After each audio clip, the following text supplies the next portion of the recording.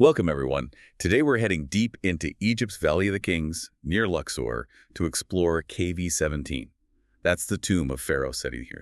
And it really stands out, doesn't it? It's consistently described as, well, one of the most elaborate, most artistically advanced royal tombs ever found there. Definitely.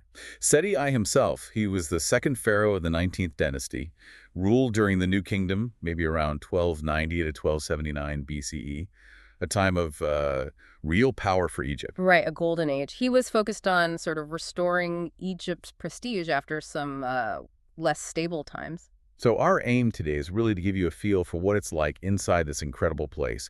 We'll look at its history, the key things to see, and some of the fascinating details. And it's worth mentioning straight away, you can't just wander in with the standard Valley of the Kings ticket. Oh, right. No, you need a separate one. And it's quite a bit more expensive. That tells you something about how special it's considered. Good point.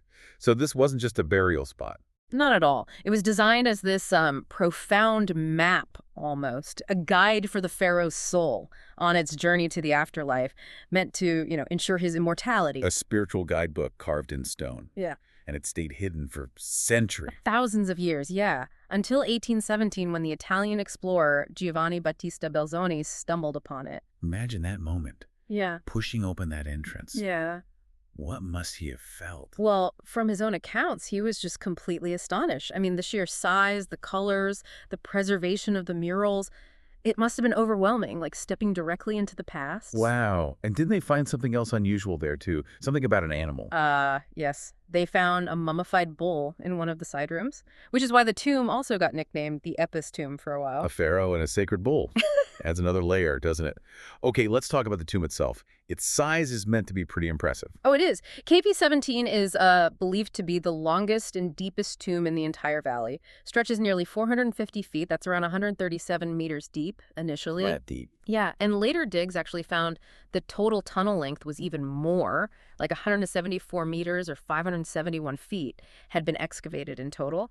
Just think about digging that through rock. That's incredible. It really speaks to the ambition. And it wasn't just long and deep. It had other unique aspects, too. Absolutely. Seti I's tomb was actually the first one known to have a complete program of these religious texts covering the walls. Before him, you'd get parts, maybe, but not the whole sequence. Okay. And it was also the first we know of with a vaulted burial chamber. A curved ceiling, like in a cathedral. That was a big architectural step. So pioneering in decoration and architecture, how many rooms are we talking about?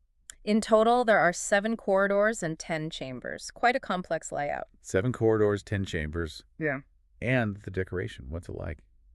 It's just stunning. You have both painted scenes and these beautiful raised reliefs. Raised relief. Yeah, where the figures and hieroglyphs are actually carved so they stand out slightly from the wall. Gives them a real sense of depth, the 3D quality. It's incredibly detailed work. And interestingly, one room, Chamber Fe, was left unfinished. You can just see the outlines the artist sketched.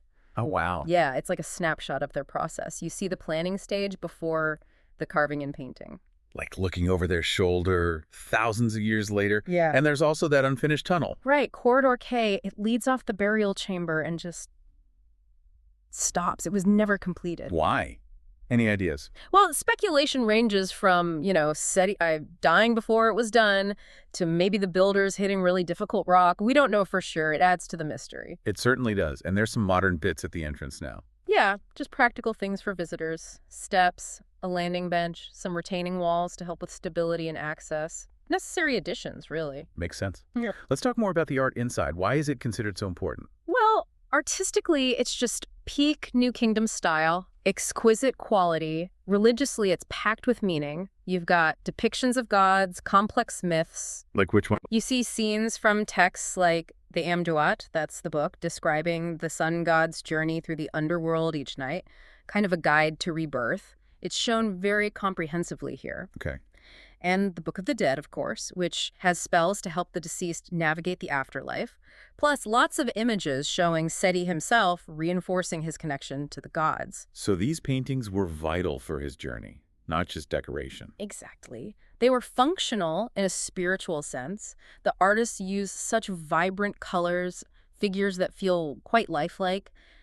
They really brought these stories alive. In the ceilings. Often painted deep blue, covered in golden stars, evoking the night sky, the cosmos. It's incredibly atmospheric. It sounds breathtaking. And these murals give us priceless insight into their beliefs about death, the afterlife, the universe. And like we said, seeing those unfinished parts, that tells us about the how, the techniques they used. A window into their world and their craft. But sadly, it sounds like the tomb hasn't always been treated with the respect it deserves. Unfortunately, no, particularly in the early days after rediscovery. Belzoni, for all his contributions, used methods that caused damage. How so? He used something called squeezes, basically pressing wet plaster or wax or paper onto the painted reliefs to take impressions. Oh, no. Yeah, when you pull that off, it can lift the paint right off the wall or damage the delicate carving. He got copies, but at a cost to the original. That's heartbreaking. And clearing out rubble while necessary seems to have changed the airflow or drainage because it led to flooding incidents later on, which caused more damage. It's tough to hear. And actual pieces were removed, too. Yes, significant artifacts. The most famous is probably the outer casing of Seti's magnificent alabaster sarcophagus. Where is that now?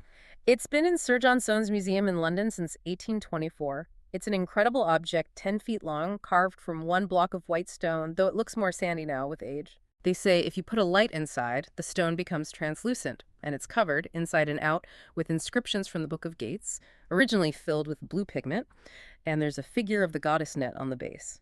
Just extraordinary craftsmanship. Unbelievable. Is that the only major piece taken? No, sadly. Jean-Francois Champollion, the man who deciphered hieroglyphs using the Rosetta Stone, he removed a large wall panel. It's over 2 meters high. And where did that end up? That's now in the Louvre in Paris. And others took pieces too. Champollion's colleague Rossellini, the German Egyptologist Carl Richard Lepsius.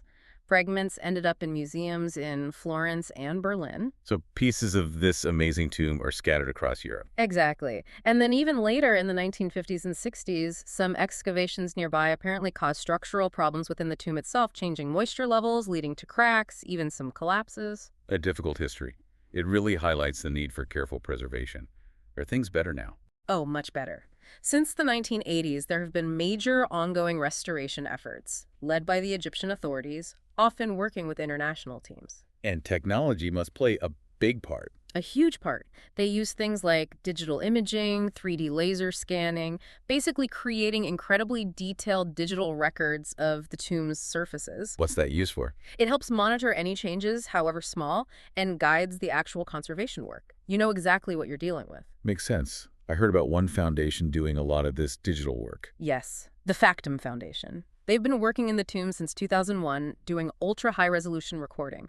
Their goal is eventually to create a perfect facsimile, a replica. How do they capture that level of detail? They use a mix of technologies. LiDAR scanning maps the structure in 3D with lasers, like a super accurate digital blueprint. Then photogrammetry captures all the surface details and textures. And panoramic photos get the colors exactly right. It sounds incredibly thorough. A digital twin, almost. Pretty much. They've even scanned those fragments that are now in museums in Boston, Florence, Berlin, the Louvre, trying to digitally reunite the tomb, you could say. That's fantastic. All that data went into creating a full 3D virtual model, which became available online in 2020, so people can explore it digitally in amazing detail. So even if you can't go, you can still experience it. Exactly. And they have also made physical facsimiles of some key areas, like the Hall of Beauties and one of the pillared halls. Why make physical copies? Well, it helps protect the original. If people can see an exact replica, maybe fewer need to go into the fragile original tomb, reducing wear and tear. But it still lets people appreciate the art. That's a smart approach. Yeah. So for people who do want to visit the real thing, is it actually open? Yes, as of recent reports, it is open to visitors, despite those past stability issues. But remember that special ticket we mentioned? Right, the expensive one? How much are we talking? Last checked, it was around 2,000 Egyptian pounds for foreign adults and students. Egyptian nationals pay less. But yeah, it's a significant extra cost compared to the General Valley ticket. Does that mean it's less crowded? Often, yes. The price does tend to limit the number of visitors, which can mean a much quieter, more personal experience inside. Are there any other things visitors should know? Practical tips? Well, its location is a bit further into the valley, so expect a short walk from where the little electric carts drop you off. Okay. And it is the deepest tomb, remember? There are some steep stairs going down. So, Accessibility could be an issue for some people, Good to know. but a potential plus side of the cost is that they often let you stay inside longer than in some other tombs where they need to keep people moving. Definitely bring enough cash for that separate ticket. And the usual advice for the valley: water, sunscreen, hat.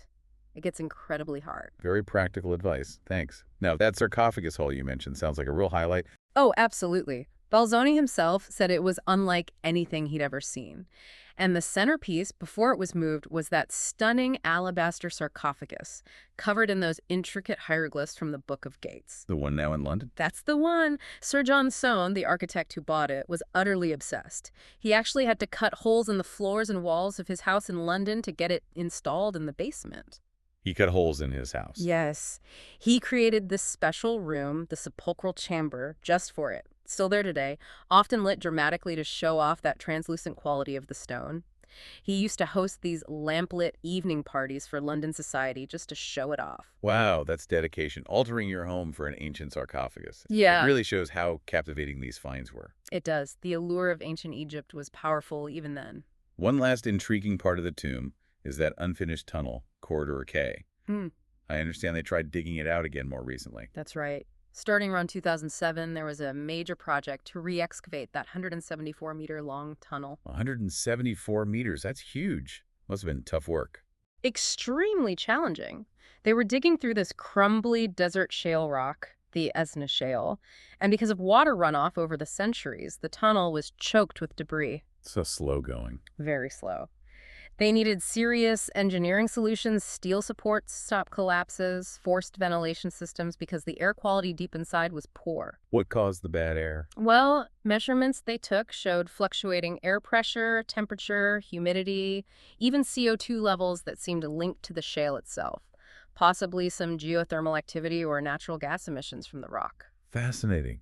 So they weren't just looking for treasure, but studying the environment too. Exactly. It became a geological study as much as an archaeological one. And did they find anything major at the end of all that digging? You know, despite all that effort, no significant artifacts turned up at the end of the tunnel. Really? After all that? Yeah. But the project wasn't a waste. It gave real insights into how well the ancient Egyptians understood the geology they were working with. They clearly knew how tricky that shale layer was. So even the dead ends can teach us something.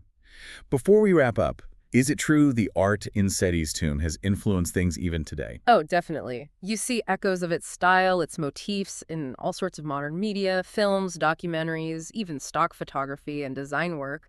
Those images are just timelessly powerful. Their visual legacy lives on. Absolutely. They still educate, inspire, and just look incredible. Well, it's clear the Tomb of Seti's sons is just an extraordinary monument. The art, the scale, the history, the ongoing efforts to preserve it, it's truly remarkable. It really is. And maybe a final thought to leave you with. When you think about the incredible effort poured into creating this tomb, this vessel for eternity, and then you think about pieces of it now scattered in museums across the world, what does that tell us about our fascination with legacy, with the past, and how we try to hold on to it even as time moves on? Something to ponder, perhaps, as you explore more about ancient Egypt.